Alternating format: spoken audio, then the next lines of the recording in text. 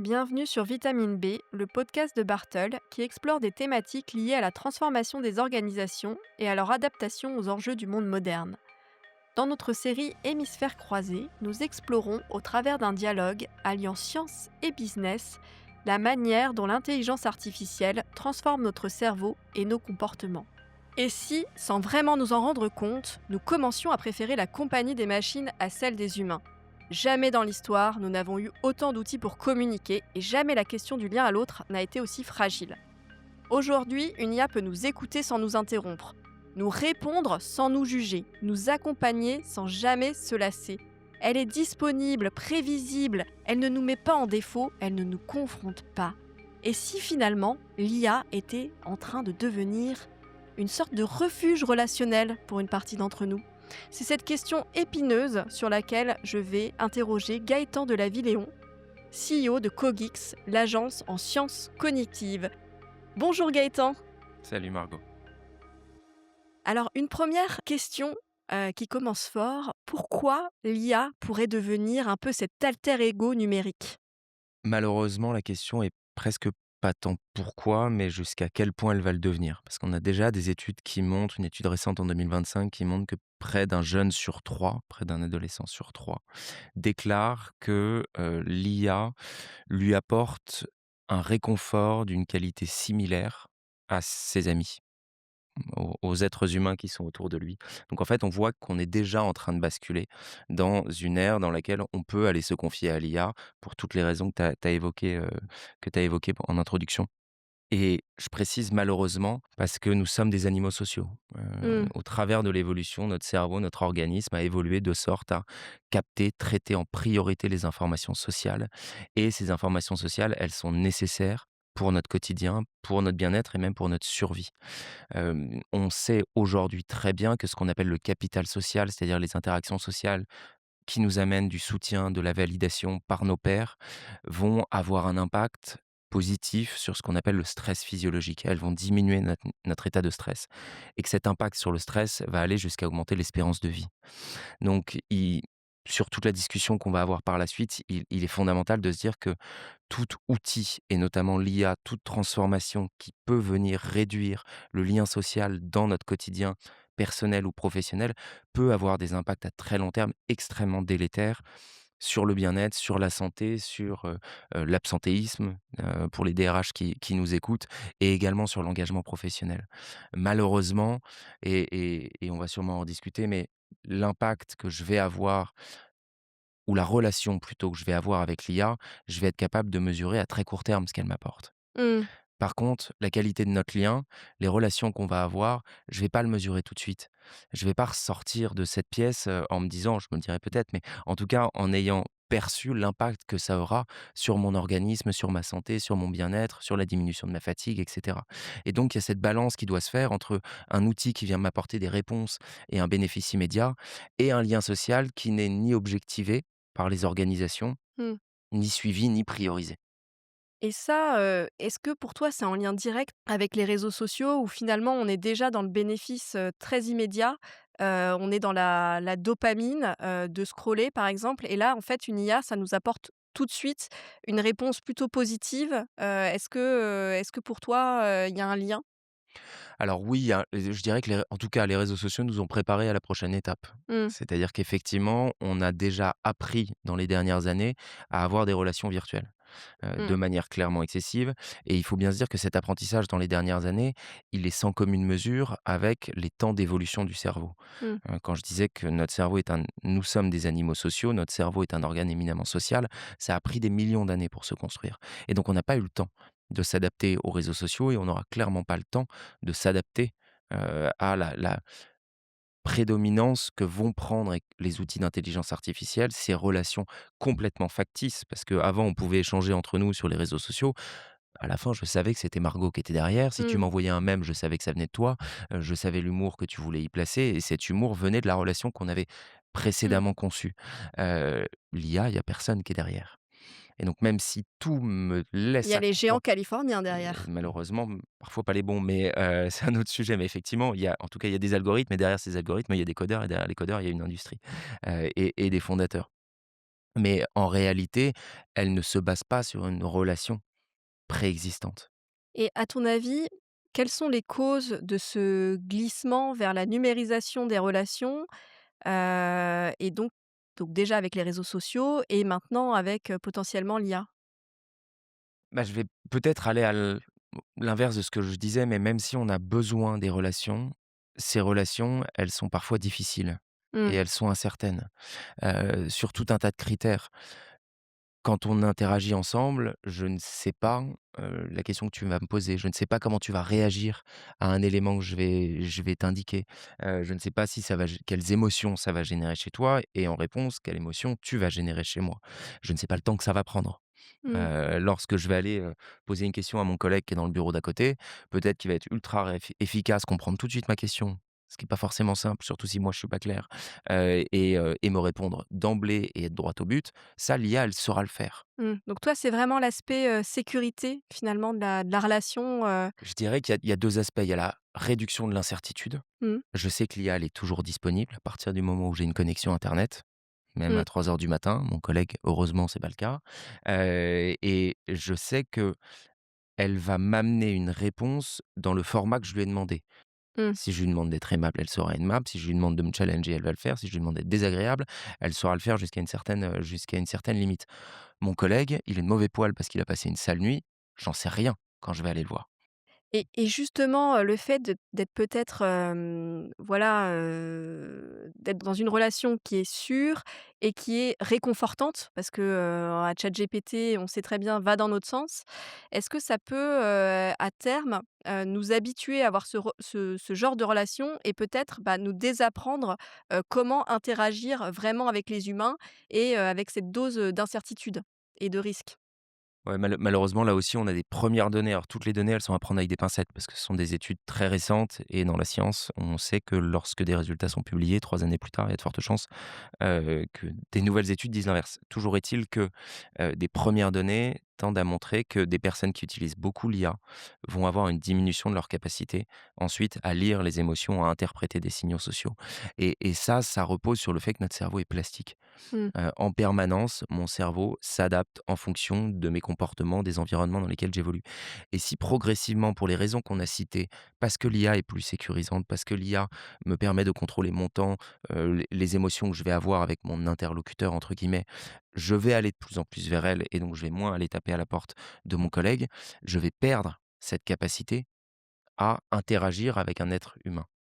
Je vais perdre cette capacité à lire des signaux sociaux et pour donner un exemple dans un autre champ, on sait aujourd'hui assez bien que, le pouvoir, par exemple, va avoir un impact sur les capacités de cognition sociale. On sait que les personnes qui montent en pouvoir vont avoir une diminution de leur capacité d'empathie, de prise de perspective, leur capacité à écouter autrui et ils vont attribuer moins de poids aux opinions d'autrui. L'hypothèse aujourd'hui assez forte est que, cet effet-là provient du fait que plus j'ai du pouvoir et plus je monte en hiérarchie, moins je suis habitué à À aller être vers contredit, l'autre et à ah, aller chercher de l'interaction sociale, de la contradiction. Je vais plus me concentrer sur mes KPIs et mes objectifs que sur la relation humaine. En faisant ça, je perds du coup cette habitude à me nourrir et à traiter des informations sociales et donc le moment où j'ai un collaborateur qui arrive et qui est de mauvaise humeur mais qui me le dit pas tel quel, je vais être moins capable de le lire. Donc oui, on peut se déshabituer, désapprendre la relation humaine. La bonne nouvelle, c'est que l'effet contraire existe. Si demain je coupe l'IA et que je me replonge dans des relations sociales, je vais réapprendre à le faire. ouais, c'est intéressant. Moi, je pense à 2 choses. Bon, la première, moi, c'est vrai que je pensais, pareil en lisant, des études que justement, quand on était, un peu «sociopathe» entre guillemets, on avait plus de chances de monter dans la hiérarchie et pas forcément qu'en fait on devenait entre guillemets enfin on prenait les traits d'un sociopathe finalement en montant en hiérarchie. Je pensais que c'était plutôt l'inverse, c'était, voilà, je sais pas si tu avais, vu des choses aussi là-dessus? Alors, pour tous les Les 2 sont dirigeants qui vrais? nous écoutent, sans dire que vous êtes des sociopathes, Pas tous, mais c'est heureusement. l'œuf et la poule, en fait. Ouais. Oui, oui, il y a des phénomènes de société qui font qu'on va valoriser, des compétences qui ne sont pas des compétences prosociales, c'est un fait. Mais, les études tendent aussi à montrer que D'accord. moins je m'intéresse à l'autre, moins je vais savoir lire les émotions et les messages d'autrui. Et puis ça m'a amené aussi à une réflexion par rapport à une société qui est très numérique, qui est le Japon. Est-ce que, on constate aussi, enfin, est-ce qu'il y a des études sur le Japon et leur manière d'interagir? Bah, eux, par exemple, l'IA comme refuge relationnel, a priori, ils sont plein dedans. Ils ont déjà des compagnons, virtuels via des applis. Est-ce que tu as vu des choses en ce sens? Sachant que eux, c'était un mouvement, plus ancien, je pense, Ouais, plus culturel, honnêtement, je saurais pas te dire. Il y en a très probablement, que ce soit en Chine ou au Japon, il y a beaucoup de laboratoires là-bas. Je saurais pas te dire et donc je préfère te dire que D'accord. je ne sais pas plutôt que te dire des bêtises. Et finalement, qu'est-ce qu'on risque quand on préfère cette fluidité, d'échange avec une IA à la dimension, imprévisible de la relation humaine? Pour moi, il y a 2 risques majeurs. Le premier est lié à ce que j'évoquais au tout début, c'est la perte de capital social.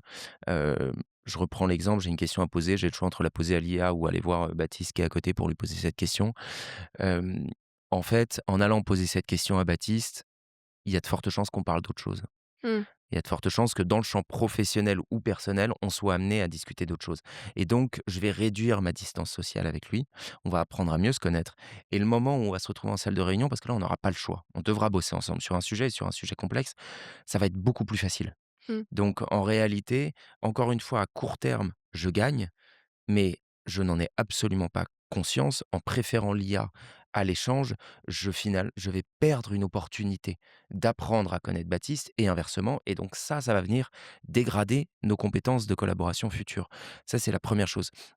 La deuxième chose, ça va être plutôt relatif au champ de la performance collective, de l'intelligence collective et de l'innovation d'une certaine manière, puisqu'on sait que l'intelligence collective provient du fait, d'une part, que l'on va être capable de croiser des personnalités, des opinions, des expertises.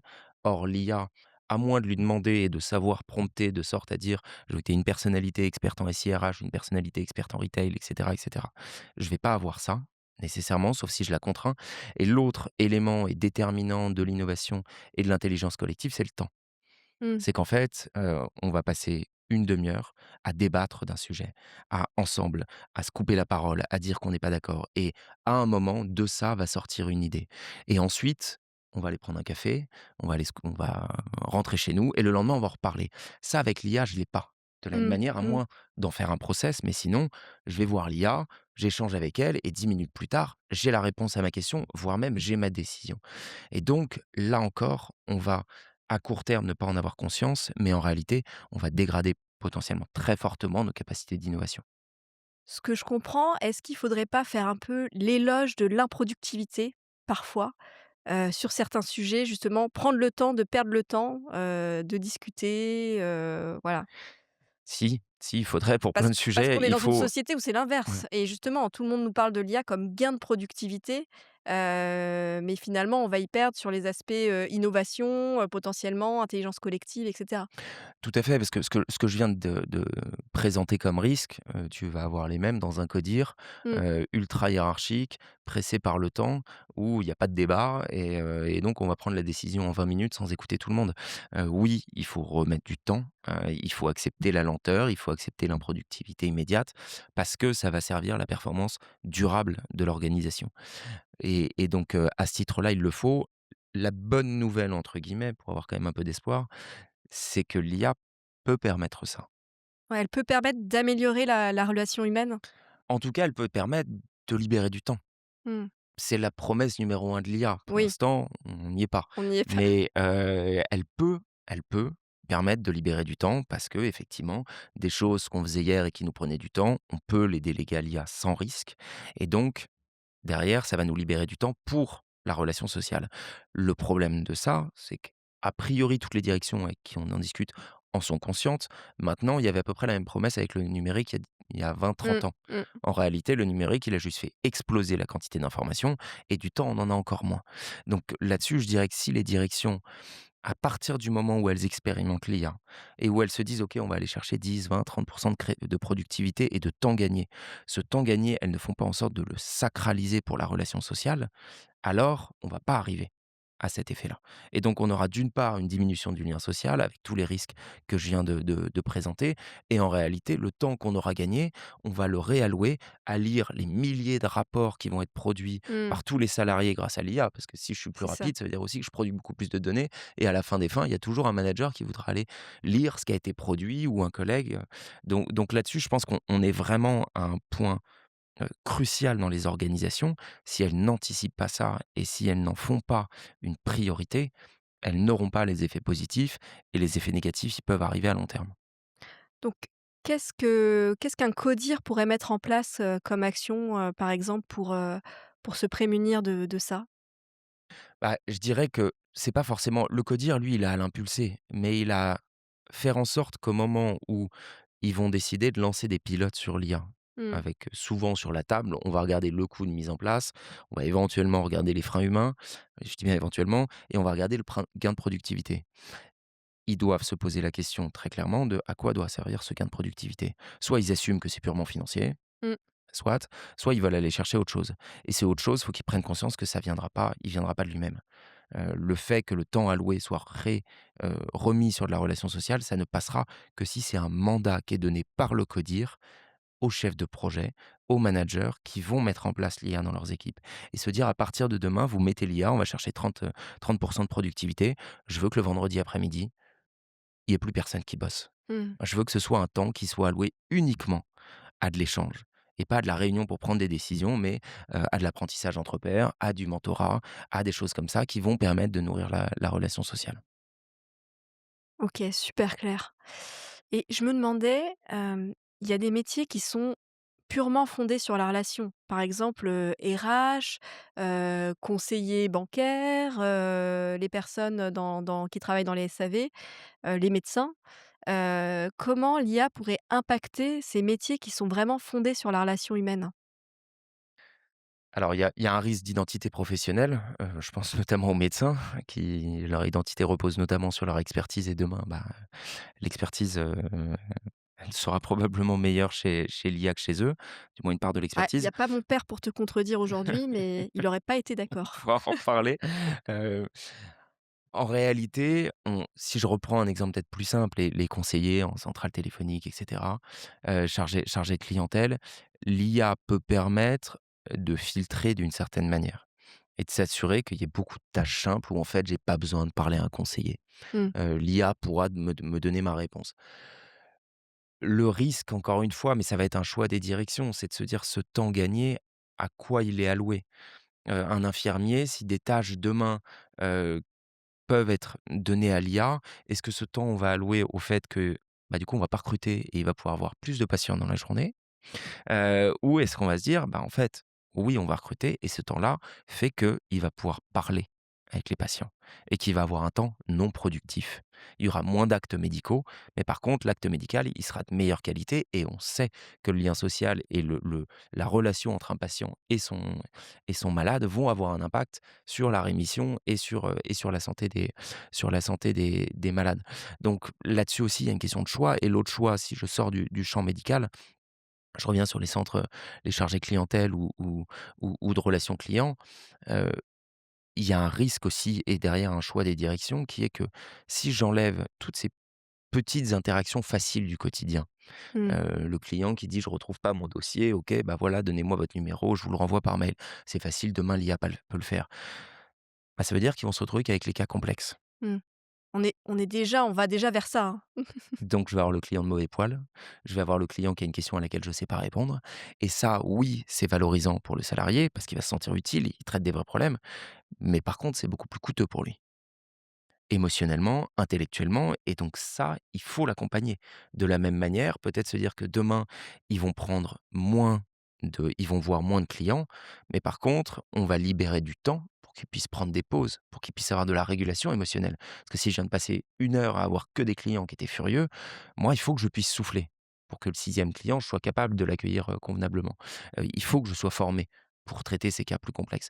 Donc là, encore une fois, il y a une promesse à court terme. Il faut que les directions soient conscientes des enjeux qui sont à côté de cette promesse et qui sécurisent finalement les salariés pour qu'ils puissent tenir et répondre dans la durée. D'accord. Et une dernière question, pour, conclure, cet épisode, qui est une question, je pense à la fois, un peu de prospective et qui est peut-être sans doute assez personnelle et que je vais poser en 2 temps. C'est, donc est-ce que l'IA, elle va, à ton avis, nous déshumaniser ou au contraire nous réhumaniser? Et peut-être en première question, est-ce que par rapport au numérique, déjà, est-ce que ça nous a, déshumanisés ou réhumanisés? Parce que moi, je pense que c'est le premier step, tout ce qui a été numérisation de la relation et donc en fait, l'IA, c'est la poursuite de ça.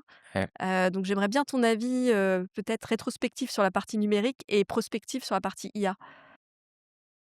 Je dirais que là, ça dépend vraiment si on est optimiste ou pessimiste. Ouais, ouais, c'est pour ça que je disais c'est personnel, hein, Si c'est j'essaie de prendre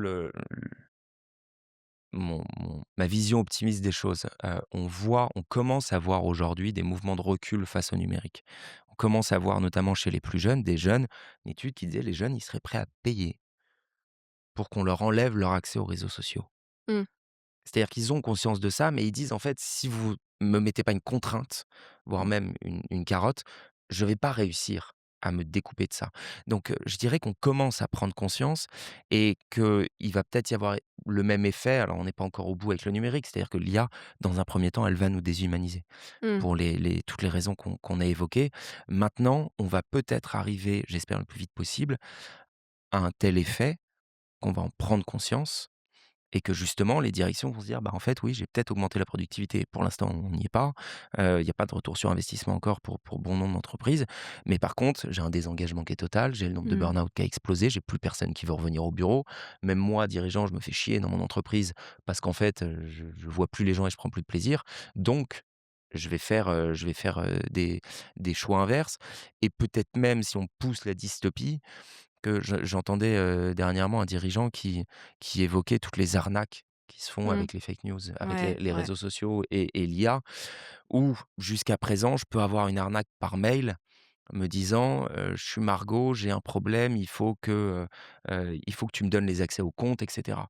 Mail, je peux assez facilement le voir. Demain, en réalité, c'est toi qui vas m'appeler en visio, qui est, la directrice financière de la boîte et qui va m'expliquer qu'il faut absolument que je lance la procédure parce qu'on a une attaque, sur nos comptes. Bah, en fait, le seul moyen de savoir que c'est vraiment toi, Ouais, c'est le ce présentiel. sera de se retrouver à un moment. Mmh. Donc j'ai bon espoir qu'on y arrive. Maintenant, combien de temps ça va prendre et quels sont les effets négatifs qu'on va avoir dans la société, et notamment sur la santé mentale et l'engagement des collaborateurs d'ici à ce qu'on y arrive, Mmh. je sais pas. Et bon, vraiment dernière question, mais on voit qu'il y a une montée de l'absentéisme ces dernières années suite au post-Covid. Mmh. Est-ce que tu penses qu'il y a un lien aussi avec la numérisation des relations ou pas? Oui, clairement. Alors, pas forcément, je saurais pas dire quelle est la part du fait que la numérisation entraîne une diminution du lien social et du fait que la numérisation entraîne une surcharge mentale Mmh. et une surcharge de travail qui est colossale. Et ça, pour le coup, on est capable de le mesurer depuis plusieurs années. Donc, le digital qui nous promettait d'interagir plus vite ensemble, de créer plus de transversalité, en fait, il aurait diminué le lien social dans les organisations, il aurait augmenté la charge mentale et la quantité d'infos à traiter et ça, il y a de fortes chances que ça participe au désengagement et à l'augmentation des arrêts maladie depuis quelques années. OK, super intéressant. Merci beaucoup, Gaëtan. Merci Margot. Pour conclure, l'IA ne devient pas un refuge relationnel par hasard. Elle nous rassure, elle supprime l'imprévu, le jugement, le risque, hein, c'est ce qu'on a vu. Mais une relation sans risque, c'est aussi une relation sans altérité. La machine, elle peut pas reproduire, le silence, l'émotion, la présence physique, l'imperfection qui nous mène, parfois à l'innovation, à de nouvelles idées.